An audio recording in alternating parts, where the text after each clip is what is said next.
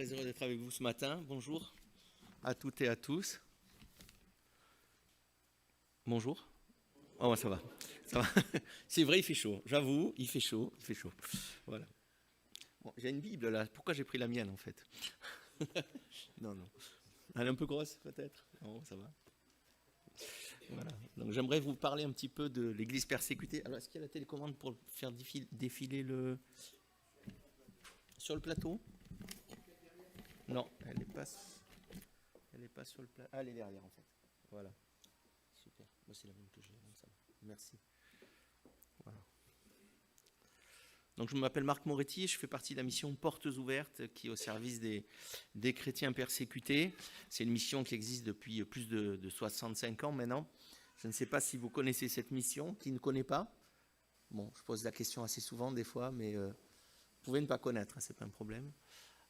Voilà, bon ok. Donc j'aimerais vous parler de la Corée du Nord aujourd'hui. Mais avant de vous parler de la Corée du Nord et ce qui se passe pour nos frères et sœurs persécutés, j'aimerais aussi vous parler un petit peu de ce qui se passe dans le monde et comment a commencé cette mission. Donc je vais vous mettre une... Je vais avancer. Est-ce que ça fonctionne? Voilà. Donc voilà un petit peu donc, la présentation de la mission, l'index mondial de persécution des chrétiens. Donc l'index mondial de persécution des chrétiens, c'est un rapport que nous faisons toutes les années, qui nous prend presque une année, qui est un rapport mondial en fait sur la persécution des chrétiens. Et ce rapport, après, on va le porter auprès des parlementaires, auprès des autorités. On l'a envoyé à Monsieur le Président Macron, on est allé au Parlement européen, à Bruxelles, à Strasbourg, on l'a mené aussi à l'ONU. Donc ce rapport, eh bien, ça fait des années maintenant que nous le faisons, eh bien, nous permet de savoir ce qui se passe dans le monde, nous permet de savoir où en est la situation de nos frères et sœurs et pouvoir agir, pouvoir vraiment intervenir là où il faut, et puis faire connaître aussi ce qui se passe aux autorités pour que vraiment elles puissent intervenir. Des fois elles le font, des fois elles ne le font pas, mais en tout cas, quand elles le font, merci Seigneur. Voilà. Et puis on va faire un focus, on va se centrer sur la Corée du Nord. Voilà. Et puis après, comment prier pour la Corée du Nord? Je pense que on pourra le voir. Donc, il faut que je pointe bien vers là-bas, non? Pour le... Il est... Ah, d'accord, ok, pardon. Voilà, c'est bon. Ok, super. Voilà, donc tout a commencé, la mission a commencé avec cet homme qui était jeune à l'époque, en 1955, qui maintenant a 94 ans et qui est toujours vivant, qu'on a appelé Frère André pour des raisons de sécurité et qui est néerlandais. Son vrai nom, c'est Han van der Bijl, voilà, que je ne me trompe pas. C'est pas évident à prononcer. Donc voilà, il a commencé en 1955, il est allé derrière le rideau de fer en pleine guerre froide. À ce moment-là, il est allé voir ses frères, il a rencontré ses frères et il a vu que l'Église était persécutée. Je vous résume très, très courtement. Il a vu que ses frères étaient persécutés, qu'ils avaient besoin d'encouragement, qu'ils avaient besoin de Bible. Et à ce moment-là, il s'est dit, Seigneur, qu'est-ce que je peux faire? Et en ouvrant sa Bible sur un banc, justement, à Varsovie, eh bien, il est tombé sur ce verset biblique. Alors là, Apocalypse, chapitre 3, verset 2. Réveille-toi et affermis le reste, qui est près de mourir. Et à ce moment-là, eh bien, il s'est dit, il faut que je fasse quelque chose pour l'Église. Et il a fait quelque chose pour l'Église. Il est retourné dans son pays. Des chrétiens lui ont offert une Volkswagen, une petite coccinelle bleue. Il a mis des Bibles dans cette voiture. Et il a passé la frontière avec cette prière dans le cœur. Seigneur, toi qui as ouvert les yeux des aveugles, ferme les yeux des douaniers. Et c'est ce que Dieu a fait, et c'est ce que Dieu fait encore. Et merci Seigneur, parce que la mission a grandi, et maintenant on est actif dans plus de 70 pays dans le monde, sachant qu'il y a en tout 76 pays cette année, qui persécutent les chrétiens dans le monde. Donc, je vais mettre une vidéo d'1 minute qui vous résume un petit peu ce que nous faisons.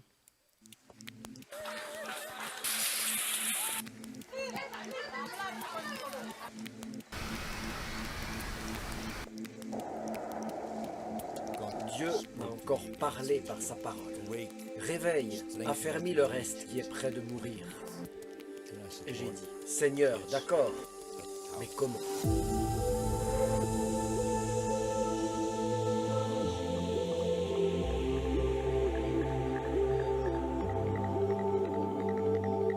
What you're going to hear about today is nothing short of a miracle. J'ai rencontré beaucoup de chrétiens qui m'ont dit, les larmes aux yeux, qu'ils priaient pour la Corée du Nord et pour les réfugiés. Cela m'a fait réaliser comment j'ai réussi à survivre jusqu'à aujourd'hui. C'était seulement par leur prière. Je suis la preuve vivante de leur prière. It's nothing short of a miracle. Et qu'aujourd'hui, on va parler de la Corée du Nord. Ça me touche beaucoup de voir ce frère qui dit je sais maintenant pourquoi je suis arrivé à survivre, hein, et pourquoi je suis là. Eh bien, tout simplement parce que bien des frères et de sœurs derrière ont prié. Et c'est vrai que la prière, elle a une grande efficace. Hein. La prière du juste, la Bible, elle le dit, elle a une grande efficace et c'est très important. Et je viens vous demander la prière ce matin. Je vous demandais la prière pour nos frères et sœurs parce que sans la prière, la mission n'existerait pas. Sans la prière, il y a beaucoup de choses qui ne seraient pas possibles.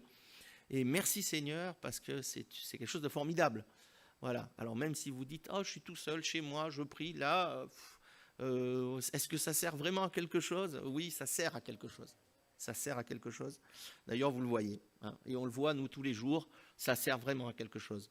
Donc voilà un petit peu 360 millions de chrétiens qui sont fortement persécutés dans le monde, 1 chrétien sur 5 en Afrique, 2 chrétiens sur 5 en Asie, 16 chrétiens tués par jour en moyenne pour leur foi. Et comme je vous disais, 76 États hein, qui persécutent les chrétiens dans le monde. Et puis on voit une hausse constante justement de cette persécution. Et sur 10 chrétiens tués dans le monde, 8 l'ont été au Nigeria.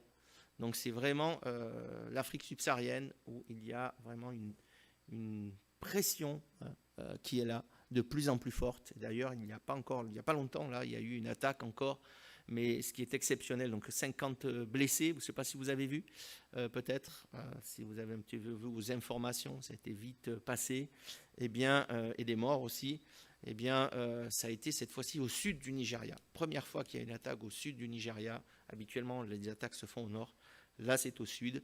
Et là, c'est grave parce qu'il y a des centaines d'églises qui sont là. Et il y a vraiment une menace encore plus qui pèse. Et on voit vraiment tout l'islam du nord de l'Afrique qui descend de plus en plus vers le sud. Donc, prions pour cela. Je vous montre une vidéo aussi du Vietnam. Alors, je ne sais pas si elle passe, celle-là. Il faut peut-être cliquer dessus. Ouais. Bon.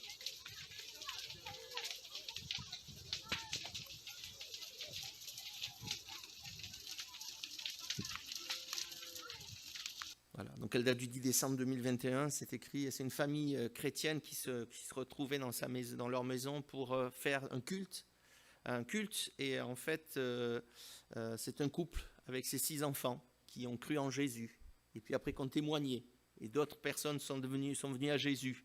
Et là, à un moment donné, trahison, le visage se rend compte qu'il y a une église là, et ils disent on ne peut pas permettre ça parce qu'on va mettre les esprits en colère, c'est pas possible. Qu'est-ce qu'il faut faire? Eh bien, on va si tu renies pas ta foi, on va te brûler ta maison. Donc ils n'ont pas renié leur foi, et on leur a brûlé la maison, toute leur récolte de riz, tout ce qu'ils avaient, tout a été détruit. Et merci Seigneur, on a pu les aider. Mais c'est vrai que c'est terrible pour nos frères et sœurs qui vivent cela. Voici la carte en fait des 50 premiers pays où les chrétiens sont le plus persécutés, avec la couleur rouge qui est la persécution extrême, la couleur orange qui est la persécution très forte, et les autres pays en jaune qui sont hors des 50 premiers pays qui sont la persécution forte. Voilà, mais là on n'a mis que les 50 premiers pays. Et aujourd'hui on va parler justement de la... Je ne sais pas si le pointeur il fonctionne, oui, il a l'air de fonctionner. Le numéro 2, hein, la Corée du Nord, sachant que le numéro 1 cette année, c'est l'Afghanistan. Alors pourquoi est-ce que l'Afghanistan est passé premier? Ça faisait 20 ans que la Corée du Nord était première, et puis d'un coup, hop, l'Afghanistan arrive. Eh bien vous savez qu'il y a eu les talibans qui sont arrivés, et là ils font une chasse contre les chrétiens. Et c'est à cause de la violence en fait contre les chrétiens que ce pays est passé en numéro 1. Et vous avez Non, j'ai pas éteint. Les 11 pays, voilà, les 11 premiers pays où la persécution est extrême, voilà, et nous avons la Corée du Nord et l'Afghanistan qui sont dedans. Voilà. Si vous voulez plus de détails, vous viendrez me voir après pour que je puisse vous en parler. Voilà. Donc vous voyez un petit peu là, c'est tout est au rouge, hein. Tous les niveaux, tous nos indicateurs, voilà comment nous faisons justement notre index mondial de persécution. Nous regardons dans la vie privée, vie familiale, vie sociale, vie civile, vie ecclésiale, qu'est-ce qui se passe pour les chrétiens et dans la violence. Et vous voyez que l'Afghanistan en violence, on est à 90% par rapport aux chrétiens. La Corée du Nord, on est à 80%. On n'est pas très loin, l'un de l'autre, ils ne sont pas très loin en fait, hein. Mais ça flambe en fait. Ça flambe. Et pourtant, il y a eu une nouvelle loi en Corée du Nord. Voilà. Donc, on va se cibler sur la Corée du Nord et on va justement voir un petit peu ce qui s'y passe. Déjà, l'acte 1, hein, la jolie pièce de théâtre, ce que la Corée du Nord veut bien nous montrer, ce qu'elle montre à tous les touristes, l'image, la belle image en fait. Mais vous allez voir, ce n'est pas qu'une belle image, hein. Il y a beaucoup d'autres choses et on va lever le rideau et on va voir aussi l'envers du décor.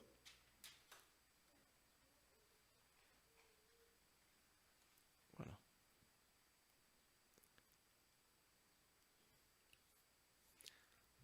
Je pense qu'il y a du son aussi.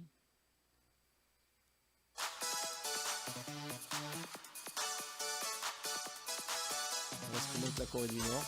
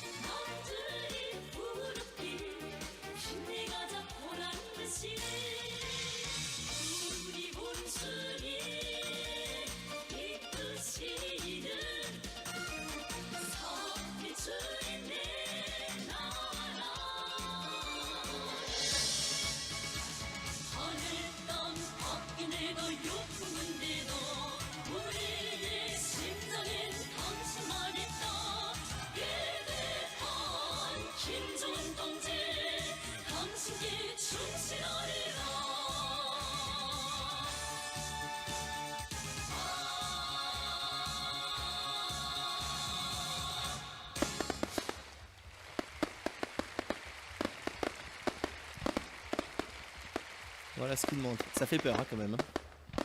Quand on voit ça, ça fait peur, hein. Non, ça vous fait pas peur? Oui, quand même, un peu, non? Oui, ça c'est sûr. Mais quand on voit cette dictature comme ça, là, qui est là, voilà. Oui, ça c'est sûr aussi. Mais bon, c'est quand même pas évident, hein, de vivre dans un pays comme ça. Voilà, c'est pas une démocratie en tout cas, ça c'est clair. Voilà, donc on va voir l'acte 2, hein, on va voir la levée de rideau. Comment la Corée du Nord est-elle devenue une menace? Là aussi, il y a du son. La République populaire démocratique de Corée occupe le nord de la péninsule coréenne. Elle est frontalière de la Chine, de la Russie et de sa sœur ennemie, la Corée du Sud. C'est un pays de 24,5 millions d'habitants, contre plus du double pour sa voisine du Sud. Pour comprendre comment cette péninsule s'est retrouvée coupée en deux, il faut remonter un siècle en arrière. En 1910, le Japon, en pleine expansion, colonise brutalement la péninsule coréenne. La région devient un réservoir de ressources, de main-d'œuvre, voire d'esclaves pour l'Empire nippon. Quelques années plus tard, au lendemain de la Seconde Guerre mondiale et de la occupation japonaise, la péninsule coréenne devient un terrain d'affrontement de la guerre froide. De part et d'autre du 38e parallèle, les États-Unis et l'URSS se font face. Les Américains installent un gouvernement militaire à Séoul, tandis que les Soviétiques occupent le nord du pays et refusent de reconnaître les élections libres imposées en 1947 par les Nations Unies. La République populaire démocratique de Corée voit le jour le 19 juillet 1948, avec Pyongyang pour capitale. Le 38e parallèle fait office de frontière entre les deux Corées. Mais voilà que 2 ans plus tard, en 1950, la Corée du Nord prétexte des incursions venues du Sud et envahit la quasi-totalité de la péninsule. C'est le début de la guerre de Corée.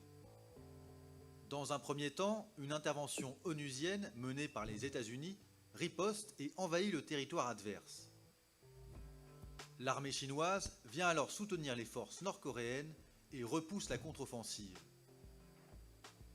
3 ans plus tard, la situation se solde par un armistice qui rétablit plus ou moins la séparation du 38e parallèle et un bilan humain de 3 millions de morts. En l'absence de traité de paix, les deux Corées sont toujours techniquement en guerre. Depuis 1953, elles sont séparées par une zone dite démilitarisée de 4 km de large. Depuis la création de la Corée du Nord, l'armée et le Parti des travailleurs sont les piliers d'un régime totalitaire tenu par la seule dynastie communiste au monde, celle des Kim. L'actuel dirigeant suprême du pays, Kim Jong-un, arrivé au pouvoir en 2011, a succédé à son père Kim Jong-il, qui lui-même avait succédé à son propre père, Kim Il-sung, mort en 1994. Ce dernier, considéré comme le héros de la résistance anti-japonaise, est le fondateur du régime nord-coréen. Le pays est aujourd'hui l'un des plus répressifs au monde. Il y aurait entre 80 000 et 100 000 personnes retenues dans des camps de prisonniers politiques établis dans des régions interdites d'accès et dont Pyongyang nie l'existence. Cette répression n'épargne pas le cercle restreint du pouvoir. Selon les autorités sud-coréennes, Kim Jong-un aurait fait exécuter quelques 70 hauts fonctionnaires du régime. Parmi les victimes, il y a son oncle, Jang Song-taek, numéro 2 du régime, le ministre de la Défense, Yang Myung-chol, ou encore Kim Yong-nam, son demi-frère. À la rigueur du régime en interne s'ajoute une politique extérieure agressive. Des années 70 aux années 90, la Corée du Nord a creusé des tunnels le long de la frontière en vue d'une éventuelle invasion au sud. Plus récemment, de nombreux incidents ont eu lieu à proximité d'îles sud-coréennes situées dans la zone maritime revendiquée par Pyongyang. Ainsi, en 2010, une corvette sud-coréenne a coulé suite à un très probable torpillage nord-coréen faisant 46 victimes. La même année, Pyongyang a bombardé l'île de Yeonpyeong qui avait accueilli auparavant un exercice militaire organisé par la Corée du Sud et les États-Unis. Cette rivalité intercoréenne est d'autant plus dangereuse que l'arme nucléaire rentre dans l'équation. En 2003, la Corée du Nord se retire du traité de non-prolifération nucléaire. 3 ans plus tard, elle effectue son premier essai nucléaire souterrain. Face à cette menace, la Corée du Sud est de son côté protégée par le parapluie nucléaire de l'allié américain. En réaction à cette escalade, le Conseil de sécurité de l'ONU vote dès 2006 des sanctions économiques qui isolent le pays. Depuis, les pourparlers réunissant les deux Corées, la Chine, les États-Unis, la Russie et le Japon sont au point mort, et la Corée du Nord poursuit son programme nucléaire. En 2009, elle a testé, sans succès, un missile de longue portée pouvant théoriquement atteindre le territoire américain. Un deuxième essai nucléaire, mené dans la foulée, a entraîné un durcissement des sanctions. L'arrivée au pouvoir de Kim Jong-un en 2012 n'a pas infléchi cette politique. Le pays a continué de tester de nouveaux missiles et en 2017, Pyongyang a réussi le premier test d'un missile intercontinental. Si cette escalade permet au jeune leader nord-coréen d'intimider ses voisins et de consolider son pouvoir en interne, elle contribue aussi à l'isoler davantage. La Chine, l'unique allié de Pyongyang, voit ainsi d'un mauvais œil la prolifération nucléaire dans une région où elle souhaite exercer seule son influence. Depuis son ouverture économique, Pékin se rapproche aussi de la Corée du Sud dans un intérêt commercial. De son côté, Washington, l'ennemi désigné du régime nord-coréen, s'inquiète d'une menace directement dirigée contre elle et ses deux alliés régionaux, la Corée du Sud et le Japon. L'arrivée au pouvoir de Donald Trump a encore accentué les tensions avec Pyongyang. D'un côté comme de l'autre, les menaces sont de plus en plus directes. Ça, c'est la source Le Monde, hein, en fait. Mais je trouve que ça résume très, très bien la situation de ce qui se passe. Donc, c'est assez complexe. Mais c'est très intéressant de savoir le comment du pourquoi. Hein. Donc, c'est bien sûr la Russie qui a mis en place hein, le premier leader, hein, Kim Il-sung, hein, qui a mis en place dans ce pays. Et puis après, lui, il a pris la relève. Voilà. Et ça a commencé à être la dictature. Donc là, vous avez différentes castes hein, dans ce pays. Ce sont des castes hein, où ils appellent ça des shongbun. Hein. Donc là, vous en avez 3, mais normalement, il y en a 5 qui regroupent aussi celles du pouvoir. Donc les castes du pouvoir ne sont pas représentées hein, dans ces 3 castes-là. Et dans ces 3 castes-là, vous avez le noyau qui représente 28%. Donc ça englobe les descendants des héros de guerre ainsi que les paysans hein, qui sont très, très valorisés. Et puis vous avez 45% de la population qui comprend des personnes ayant vécu en Corée du Sud ou en Chine. Et donc ça, ils vont dans une autre partie, c'est les incertains. Et puis par contre, les hostiles, hein, c'est la population qui est exclue du régime, des prisonniers, ceux de la famille d'un déserteur, les chrétiens aussi, ou toute autre religion même. Hein. Et les chrétiens, bien sûr, sont classés comme hostiles. Donc il y a en tout 51 aussi sous-castes aussi. Et les chrétiens se retrouvent dans la 39e caste dessous. Voilà, donc vraiment presque au plus bas de l'échelle. Donc on peut aller visiter la Corée du Nord. Vous avez à peu près 250 000 visiteurs par an. Vous allez payer très cher le visa. Et si vous allez visiter la Corée du Nord, bien sûr, alors 250 000 visiteurs par an, ça correspond à une journée pour la Tour Eiffel en fait. Hein. Donc c'est pas énorme non plus. Et puis vous allez voir la reconstitution de la maison du premier leader Kim Il-sung, voilà, avec le puits, il était très humble, etc. Alors ils disent qu'il est né en s'élevant miraculeusement d'un lac, hein, il est né miraculeusement cet homme, et puis si vous buvez au puits où il a bu lui, vous pouvez rajeunir de 10 ans. Voilà, c'est ce qui est dit. Bien sûr, hein, c'est toute l'image, hein. Il a marché à l'âge de 3 semaines, il a parlé à 8 semaines, à 4 ans, il a fait tomber une tache d'encre sur un livre, une carte du Japon, il y a eu une tornade et un tremblement de terre, là, il a comme des pouvoirs divins, en fait. Il a écrit 1500 livres, en fait, c'est tout, hein, toute la propagande. Et puis après, le leader actuel, bien sûr, eh bien, il a fait donc c'est pas là, hein, mais il a fait ses études, par contre, le leader actuel, vous le savez, en Suisse. Hein, il a abandonné ses études 2 ans avant le bac. Il aime énormément Super Mario et Pokémon, jouer aux jeux vidéo, et il aime beaucoup le basket aussi. Il s'est fait 7 opérations esthétiques pour ressembler au grand-père, pour qui on croit que c'est la réincarnation du grand-père. Voilà, et voilà un petit peu toute cette propagande qui est là. Donc là, vous voyez des images partout, de la propagande partout, hein. On travaille 48 heures par semaine pour 3 €. Voilà. Donc vous avez toute la propagande partout, des grandes images, etc. Et chaque personne chez eux ont une image. Hein, et chaque jour, vous devez adorer, vous prosterner devant ces images des anciens leaders. 80% de la Corée du Nord, c'est des chants, en fait. Voilà. Et là, vous avez la propagande encore. Donc c'est une source connue là-bas. Hein. Donc là, vous avez le dessin de cette source, vous la voyez ici, mais par contre la vérité elle est là quoi, la vraie photo est là, voilà, là c'est une cour d'école aussi,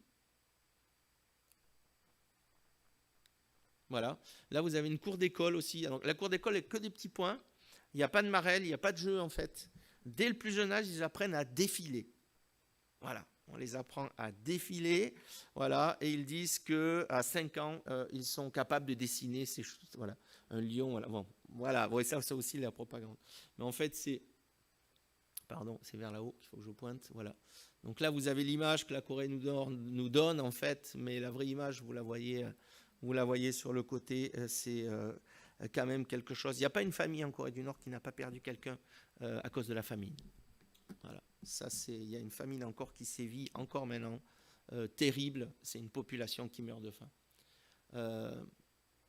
Voilà. Alors je vous fais une petite parenthèse en fait, mais vous allez comprendre. Là, vous avez à l'époque biblique la dynastie des Hérodes. Vous vous rappelez peut-être Hérode le Grand qui cherchait la mort de Jésus, hein, dans Matthieu 2,13. Et puis vous avez Hérode Agrippa après qui a succédé, qui a fait décapiter Jean-Baptiste, qui a cherché la mort de Jésus aussi, et Antipas, et Hérode Agrippas, le petit-fils et le neveu d'Antipas, qui maltraitait l'Église, qui a fait tuer Jacques, qui a fait arrêter Pierre. Et on voit que la persécution, c'est pas nouveau, hein, ça existait déjà. Et on le voit maintenant avec, ça fait un peu penser à des dynasties, hein, à chaque fois, la dynastie des Kim, avec cette persécution qui est là. Donc il a dirigé le pays, Kim Il-sung a dirigé le pays d'une main de fer durant 46 ans.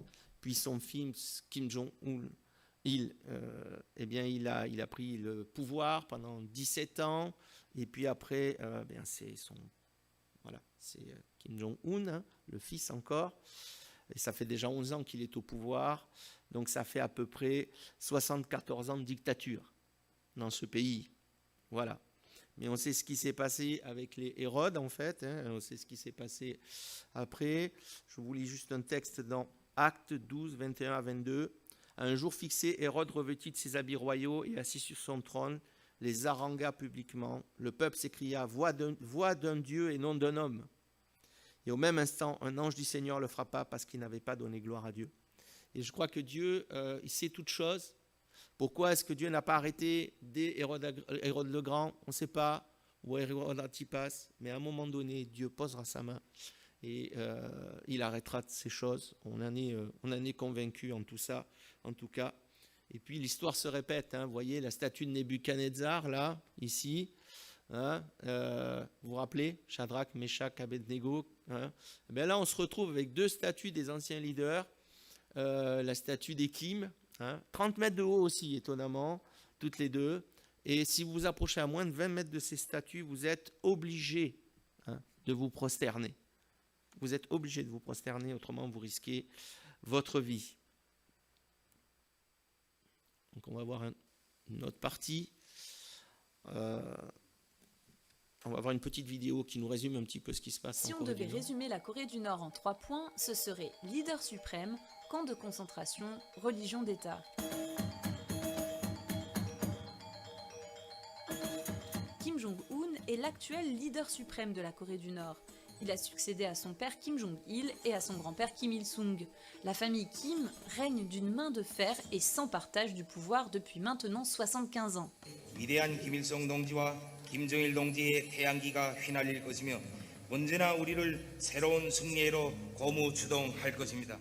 La Corée du Nord est un tout petit pays situé en Extrême-Orient, mais il fait souvent parler de lui en raison de son programme nucléaire. Bien que le régime nie tout en bloc, la pandémie de la Covid-19 a frappé durement les Nord-Coréens, dont le système immunitaire est déjà affaibli par la malnutrition chronique et le manque de soins médicaux. Les habitants l'appellent la maladie fantôme.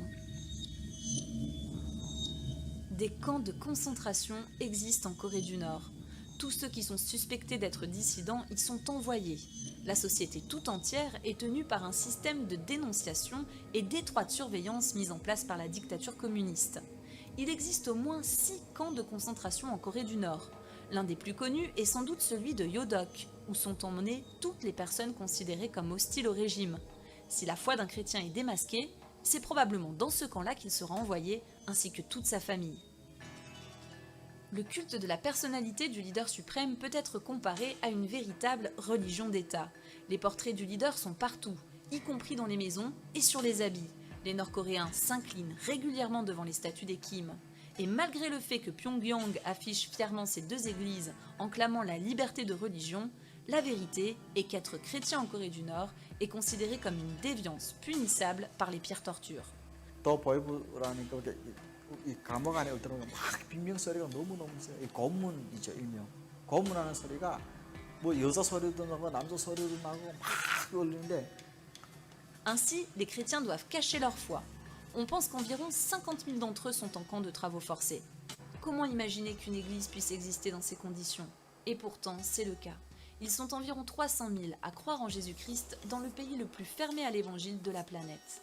북한 땅이 꼭 이제 정말 주님 뜻에 합당할 때 정말 모든 기도가 응답되고 그 나라에도 신앙의 자유가 올 날이 있을 줄로 믿으면서 항상 Et nous le croyons aussi. Voilà. Donc là, ça c'est un petit peu des images, des dessins qui ont été faits de ce qui se passe, avec des cellules trop petites, trop basses. Là, ils essayent de donner à manger ce qu'ils ont à manger à un rat pour qu'ils puissent l'attraper et le manger à leur tour. Voilà.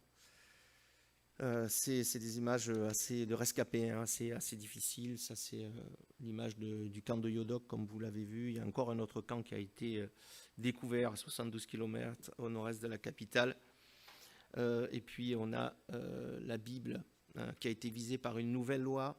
Alors, ces dernières années, en fait, ce qui se passe, c'est qu'il y a quand même le régime, ça se fissure. Et il y a quand même des choses qui passent de Corée du Sud en Corée du Nord. Et voilà, certains écoutent de la musique pop et d'autres choses qui viennent de Corée du Sud. Et là, le gouvernement ne veut pas, donc il a mis holà à cela. Il a mis encore une loi, la loi anti-réactionnaire. Et alors, ce qui se passe, c'est que l'article 28, c'est ça, prévoit 10 ans de travaux forcés pour le crime d'importation de matériel interdit. Donc, voire la mort pour l'importation dans grande quantité et dans ces matériels interdits, donc tout ce qui vient de l'extérieur, hein, c'est la Bible qui figure en premier lieu. Donc, voilà, et beaucoup de chrétiens ont été encore malheureusement arrêtés. Voilà. Et ça, c'est le fleuve Tumen, la frontière chinoise. Quand il est gelé, c'est beaucoup plus facile pour les chrétiens de partir, d'essayer de s'échapper. Nous avons des maisons refuges de l'autre côté, des frères et sœurs aussi de l'autre côté, pour essayer d'accueillir aussi les Nord-Coréens. Voilà, je vais avancer. Pas avancer, voilà. Je vais vous donner un témoignage là. Donc ça, c'est le témoignage d'une sœur qui s'appelle Sangwa, pardon. Je vais y arriver. Alors, vous savez, tout enfant nord-coréen, les premiers mots qu'ils apprennent à dire, c'est merci, Père Kim Il-sung. Ça, c'est la première chose, et à s'incliner. Voilà, le mot amour ne peut être destiné qu'à la famille présidentielle. Vous ne pouvez pas dire à vos enfants que vous les aimez. Ce mot est interdit. Vous ne pouvez pas le dire à votre femme. Ce mot est réservé qu'à la famille présidentielle. Voilà. Vous n'avez que certaines coupes de cheveux que vous pouvez vous faire aussi, certains habits que vous pouvez mettre aussi. C'est l'État qui dit quel travail vous allez faire. Vous n'êtes pas la liberté, il faut pas y penser là-bas. Hein. La liberté, il faut pas y penser. Alors, ils leur apprennent aussi à avoir peur des chrétiens. Ils leur passent des vidéos où les missionnaires, ce sont des personnes qui volent le sang des enfants, qui versent de l'acide sur les enfants pour les tuer. Il y a des dessins animés qui sont faits comme ça, pour montrer que les chrétiens, ils sont terribles, ils sont odieux. Voilà. Voilà. Et c'est dans ce monde que notre sœur Sangwa a grandi. Et elle avait peur de ces chrétiens. En plus, c'était des ennemis de l'État, vous comprenez. Et voilà ce qu'elle nous raconte. Elle est allée chez elle, dans sa maison, et à un moment donné, dans sa maison, il y avait quelque chose, comme une brique qui bougeait. Donc, elle est allée voir, et là, elle avait 12 ans, et elle a découvert par hasard qu'il y avait une Bible.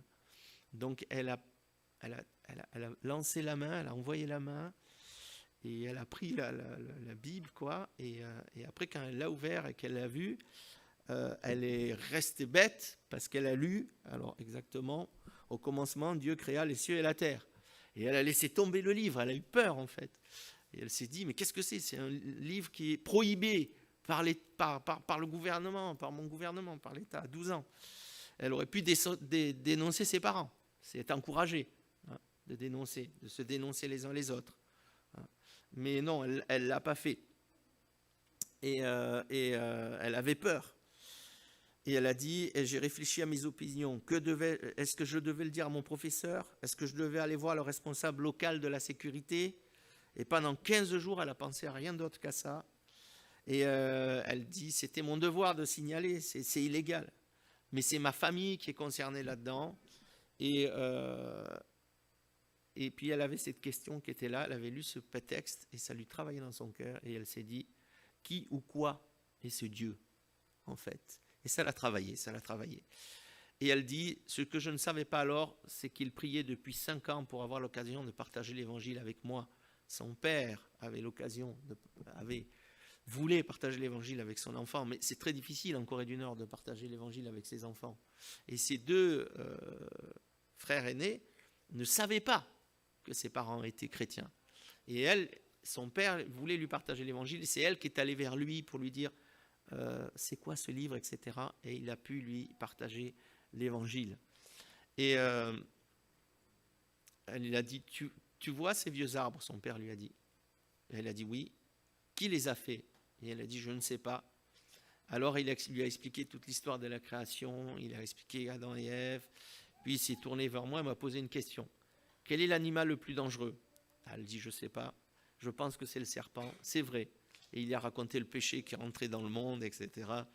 Et c'était quelque chose de merveilleux pour elle. Il y a expliqué de nombreuses histoires bibliques, mais ça avait beaucoup de sens pour elle, elle dit. Elle n'était pas encore vraiment chrétienne, mais ça avait beaucoup de sens.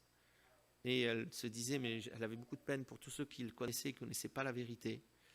Et elle a commencé à mémoriser des versets bibliques par cœur pour pas pouvoir... on ne peut pas ouvrir comme ça la Bible, hein, là-bas. Et sa grand-mère lui a dit comment prier. Elle lui a dit, c'est juste parler à Dieu, rien de plus, rien de moins. Et ils ont beaucoup parlé de la seconde venue de Jésus. Et voilà ce qu'elle nous dit. J'ai lu la Bible pour moi-même, mais j'ai réalisé que c'était dangereux. Mon père insistait toujours sur le fait que je ne devais rien partager avec qui que ce soit. Et puis il se mettait à prier en chuchotant, « Père, aide le peuple nord-coréen à chercher d'abord ton royaume. » Parfois, mon père rencontrait des gens dans un endroit secret. De nombreux enfants de croyants venaient aussi à cet endroit et prenaient la Bible. Nous prions ensemble. Parmi les personnes qui visitaient les réunions secrètes, il y avait aussi les non-croyants, même des espions envoyés par le gouvernement. Alors, l'un de ces visiteurs était mourant. Mon père est allé le voir sur son lit de mort. Il lui a avoué, « Je sais tout sur vous, sur votre famille, sur votre foi. J'étais un espion. On m'a ordonné de vous surveiller. Vous êtes un homme bon. Je n'ai jamais rien dit à personne. Dites-moi comment je peux devenir chrétien moi aussi. » Et dans ces derniers moments de sa vie, cet homme il s'est repenti et il a accepté Jésus dans sa vie. Elle nous dit, cette sœur, que Dieu l'a protégée maintes et maintes fois. Et ils ont toujours senti une grande paix, que Dieu était là. Voilà. Et quand je prie, elle dit, alors elle a pu s'échapper en Corée du Sud avec ses parents. Et elle dit, quand je prie, je demande souvent à Dieu, à quoi bon? Pourquoi veux-tu que je continue à prier pour la Corée du Nord? Mais Dieu me le rappelle alors, tu connais la Corée du Nord mieux que quiconque. Tu connais les gens et leurs souffrances. Si tu ne pries pas, qui le fera? Repose-toi sur moi, crois en moi. Voilà, donc elle prie pour la Corée du Nord et pour son pays. Alors, on pourrait se poser plein de questions. Hein.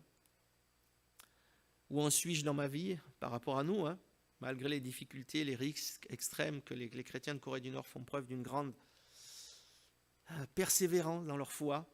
Ils ont un profond désir aussi de partager leur foi, d'apporter le salut à ceux qui ne connaissent pas encore Jésus, malgré tous les risques. Nous, en France, on a la liberté religieuse et on peut se poser cette question, où est-ce que j'en suis dans ma vie? Est-ce que j'ai toujours cet amour pour les perdus? Est-ce que quand je vois quelqu'un dans la rue, ça me fait mal au cœur et j'ai envie de lui parler de Jésus ou pas? Est-ce que je mène une double vie ou pas? Il peut y avoir ça aussi. Hein.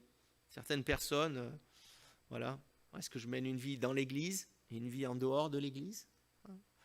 Et rappelons-nous d'Apocalypse chapitre 3, verset 16. Hein.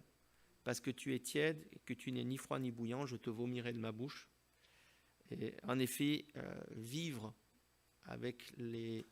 en conformité avec les valeurs de ce monde, c'est un subtil reniement de Jésus aussi.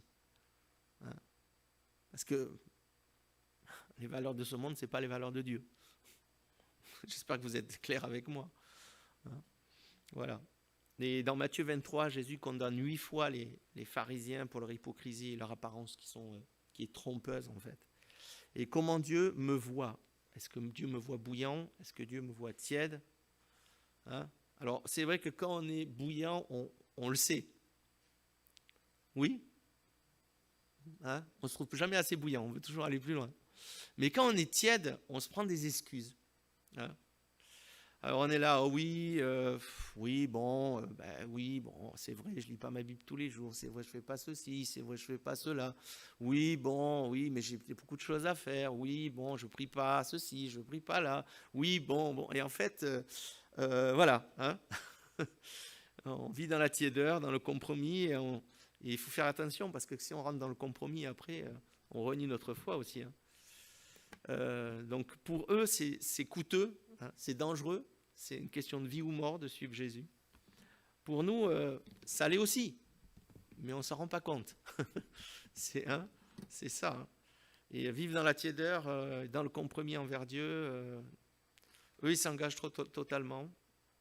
Ils ont pris position pour Dieu. Et nous, la Bible nous dit que Dieu est esprit, qu'il faut que ceux qui l'adorent en esprit et en vérité. Est-ce que je l'adore en esprit et en vérité? Est-ce que j'ai chanté les chants du bout des lèvres tout à l'heure, sans même réfléchir, en pensant au rôti de midi. Je chante un chant en pensant au rôti de midi. Non, c'est pas ça. Non. Faire attention. Hein. Qu'est-ce qu'on fait? Est-ce qu'on prend vraiment ce temps pour Dieu? Ce qu'on s'est dit ce matin, je vais me réjouir, je viens dans l'église, je vais rencontrer mes frères et sœurs. Merci Seigneur pour la communion fraternelle. Je suis là. Et je vais me réjouir dans sa présence. Ou est-ce que je me suis dit, il faut encore aller à l'église ce matin, tant pis, on y va quoi. C'est difficile. Hein. Bon, allez, va. T'as mis le rôti au four là, c'est bon, ça tourne, hein, parce que bon, après on arrive, hein, on fera la bourre. Hein. Non? Hein? Ouais. Retenons ces leçons de nos frères et sœurs. Hein. Quelle est ma vie? Quelle est ma vie avec Dieu? Voilà. Est-ce que... Alors eux, ils ont...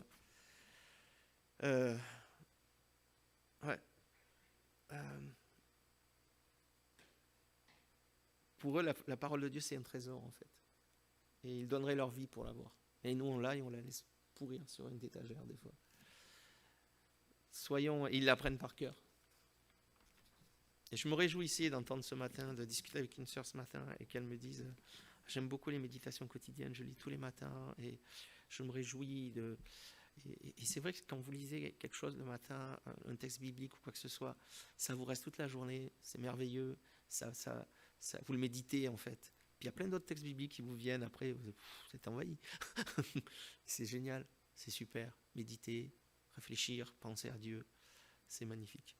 Je vais vous mettre une vidéo de B, en fait, un autre témoignage.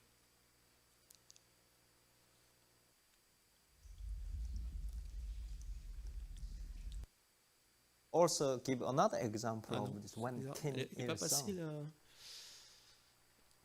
Est-ce qu'on peut reculer?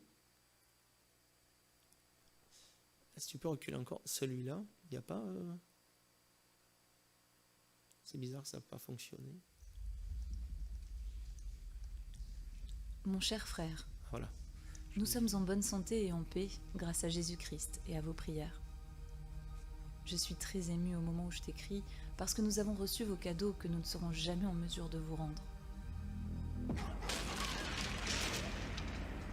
Lorsque notre Bible a été trouvée, elle a été immédiatement détruite. Et parce que nous sommes chrétiens, nous avons été exilés dans un village éloigné sans possibilité de repartir un jour. Le travail ici est dur. Les rations sont limitées. Nous avons faim en permanence et nous sommes régulièrement malades.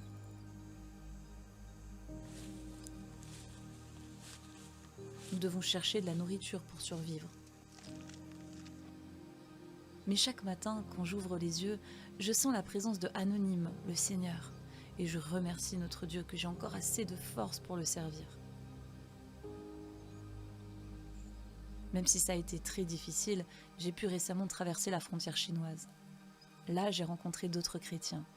Ils m'ont donné de la nourriture, des médicaments et par la grâce de Dieu, une nouvelle Bible. On m'a proposé un endroit où me réfugier en Chine. Cela aurait signifié la liberté.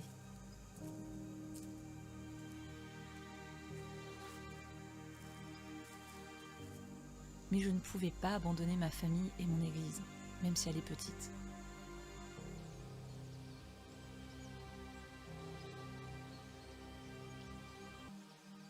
De ton point de vue, mon frère, notre souffrance doit apparaître comme le symptôme d'une vie maudite, mais nous la voyons comme une bénédiction, car elle est un raccourci vers le Père. J'ai encore une requête, mon frère. Fais parvenir nos remerciements à ceux qui continuent de prier pour nous. En retour, nous tiendrons bon et nous continuerons à répandre l'Évangile dans toute la Corée du Nord. Ta sœur en Christ, B.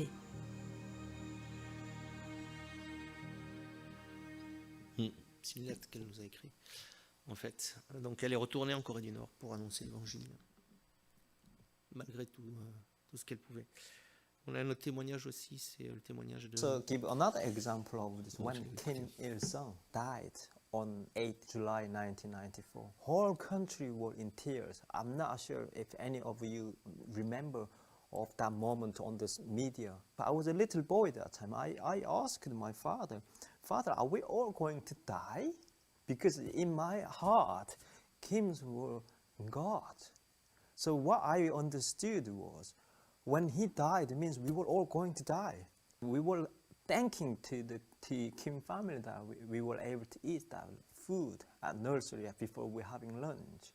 So what we do that is we give grace to God before we're having our dinner.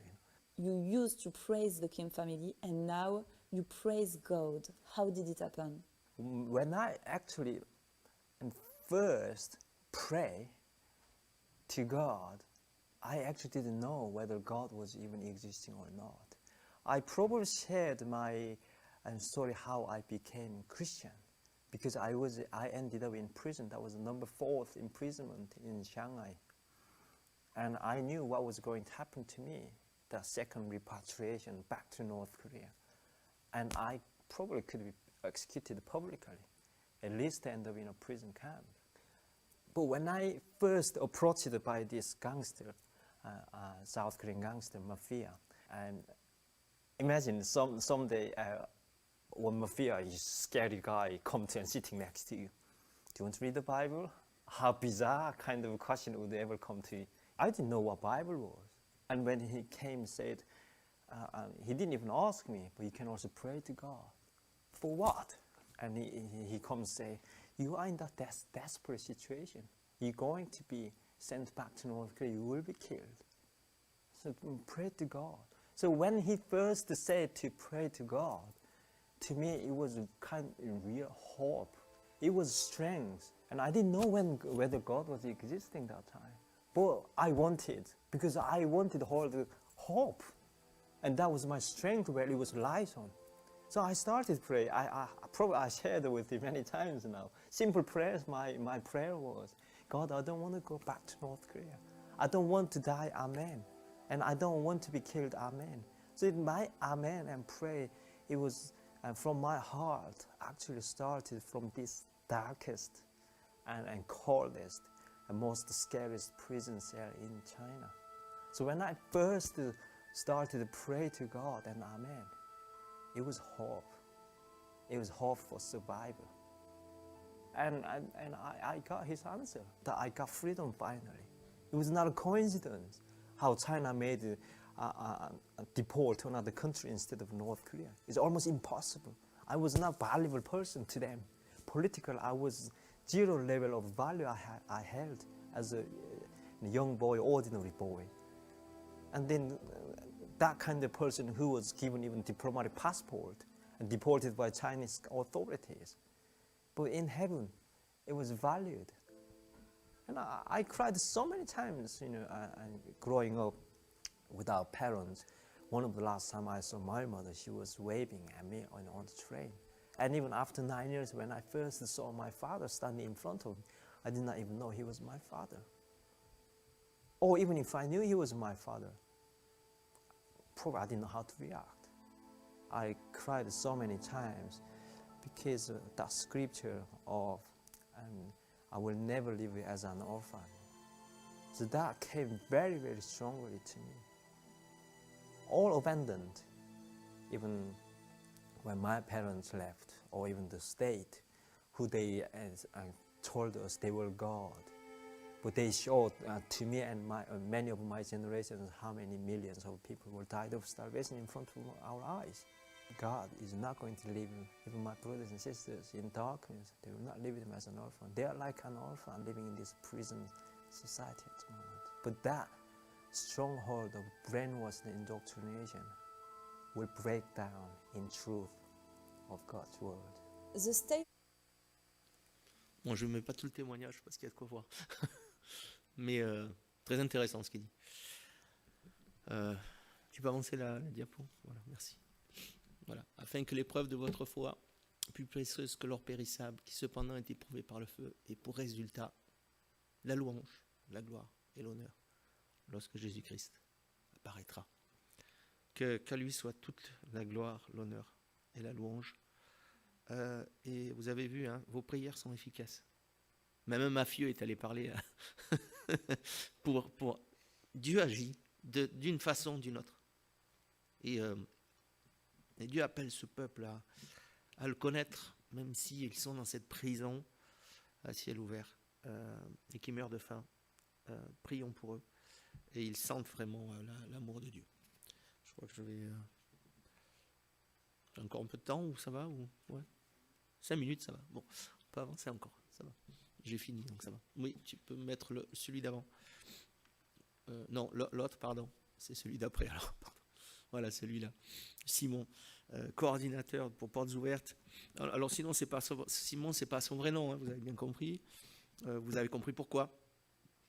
Alors, on aide... il y a 90 000 Nord-Coréens qui bénéficient d'une aide concrète sous forme de nourriture, de médicaments, de vêtements, de littérature chrétienne. On ne vous dira pas comment. Des dizaines de milliers de chrétiens écoutent les émissions radiodiffusées depuis la Corée du Nord et ça touche beaucoup de personnes. Ils émettent 5 fois par semaine et ça fait grandir la foi des Nord-Coréens qui peuvent l'écouter. Il y a des maisons bibliques, on a des formations bibliques qui sont dispensées dans ces maisons d'accueil. Et nos équipes font régulièrement le tour des maisons d'accueil pour animer des réunions de prière, des études bibliques, répondre aux questions. On a aussi un ministère parmi les femmes nord-coréennes en Chine. Elles viennent en Chine pour trouver des fois du travail ou alors elles fuient. Et elles se retrouvent souvent vendues ou mariées aussi, malheureusement forcées par des Chinois. Alors voilà ce que nous dira notre équipier. Quelle est votre vision pour 2022? Nous voulons multiplier les points de rencontre le long de la frontière avec la Chine et toucher toujours plus de Nord-Coréens à travers une aide matérielle mais aussi spirituelle. Nous sentons le mécontentement monter à tous les niveaux en Corée du Nord. C'est pourquoi nous voulons que les chrétiens soient prêts si un changement significatif devait se produire. Nous tenons également à exprimer toute notre gratitude à nos frères et sœurs du monde entier qui ont continué à nous soutenir pendant l'épidémie de Covid. Et ils continuent encore. Alors que les chrétiens nord-coréens luttent chaque jour pour survivre, nous sommes grandement encouragés par vos prières et vos dons. Votre mobilisation à nos côtés sera récompensée par des grandes œuvres que Dieu va réaliser dans notre pays. Voilà ce qu'il nous dit. Voilà. Donc, on va s'arrêter là. Ça serait bien qu'on puisse prier pour la Corée du Nord. Si vous avez des questions, si je peux y répondre, vous m'en poserez. J'ai une table avec quelques livres là-bas. J'ai des livres sur la Corée du Nord aussi. Il n'y a pas de souci, vous pourrez venir me voir. Et on va prier pour la Corée du Nord. Je vais laisser le pasteur prendre le relais pour prier pour nos frères et sœurs. Oh, il y a de quoi prier. Hein, on peut. Il n'y a pas de souci. Merci beaucoup.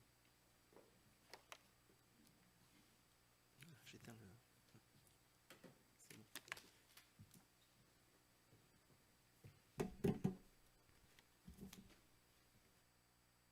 Oui, merci Marc, en tout cas pour ce premier volet, cette première partie. Dieu voulant, nous en aurons un encore cet après-midi en approche avec l'Inde.